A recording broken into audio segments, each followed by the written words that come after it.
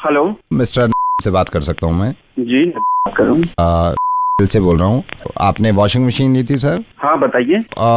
मैंने आपको इसलिए कॉल किया सर, वो हमारा 5% का जो कैशबैक चल रहा था। आपने बोला था मुझसे कि 5% कैश बैक आएगा मेरे अकाउंट में, बट अभी तक तो कोई अमाउंट नहीं आया मेरे। नहीं सर, मैंने इसीलिए कॉल किया आपको कि सर वो 5% कैशबैक नहीं हो पाएगा सर।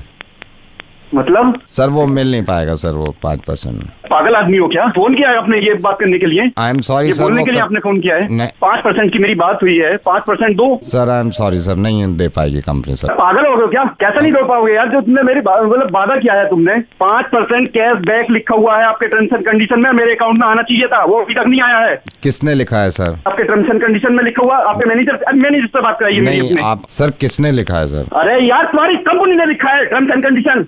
सर कितनी फिक्र है ना आपको?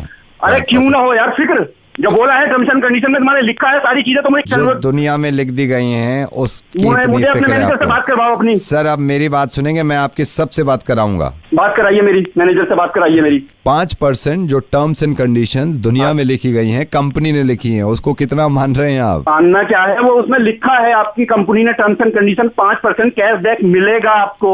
और जो कुरान में लिखा हुआ है 2.5% ज़कात, उसका बिल्कुल नहीं सोच रहे हम। पूरे साल की कमाई की सेविंग पे 2.5% ज़कात, 2.5% ज़कात हर मुसलमान को देनी है। इन टर्म्स एंड कंडीशंस की जरा सी फिक्र नहीं है हमें। जरा सा 5% जो कि दुनिया की कंपनी ने उसूल बनाया है ना, जिसमें लिखा हुआ था टर्म्स एंड कंडीशंस में कि आप अगर वॉशिंग मशीन लेते हैं तो 5% कैशबैक मिल जाएगा आपको, और आप इंतजार कर रहे हैं। आप जरा सोचिए, जो लोग मुस्तहिक हैं, जो लोग परेशान हैं, जो इस चीज का इंतजार कर रहे हैं कि किसी की सिर्फ 2.5% ज़कात निकलेगी तो हमारा पेट भर जाएगा, जब 2.5% ज़कात निकलेगी तो किसी का इलाज हो जाएगा, जब 2.5% ज़कात निकलेगी तो किसी की तकलीफ दूर हो जाएगी, जब 2.5% ज़कात निकलेगी तो कोई बाप फिक्र से खत्म नहीं होगा कि उसकी बेटियों की शादी कैसे होगी। मैं माजरत चाहूंगा, मुझे कभी कभी लगता है कि क्या मैं गलत तो नहीं कर रहा हूं, समझाने का तरीका यह है, लेकिन मुझे लगता है कि शायद ऐसे समझ में आ जाए आपके। मैं आपको ये समझाना चाहता हूं मोहब्बत में। मैं रेडियो मिर्ची से नावेद बोल रहा हूं।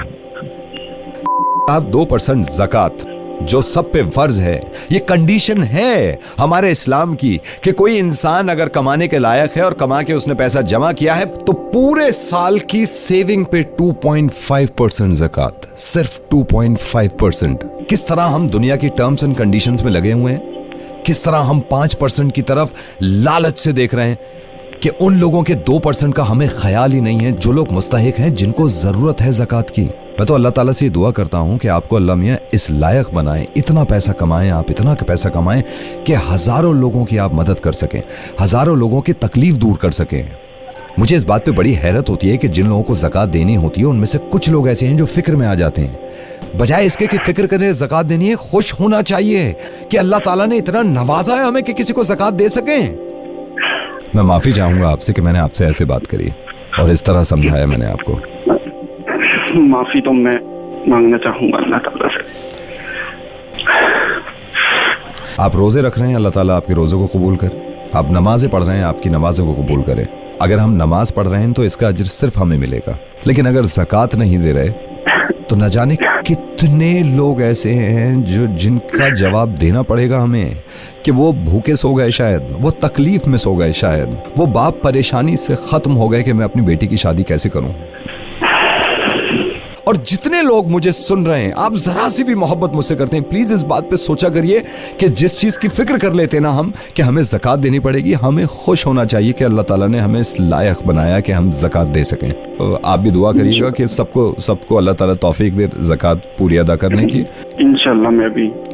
जज़ाकल्लाह दुआ में याद रखिएगा इंशाल्लाह। अल्लाह हाफिज।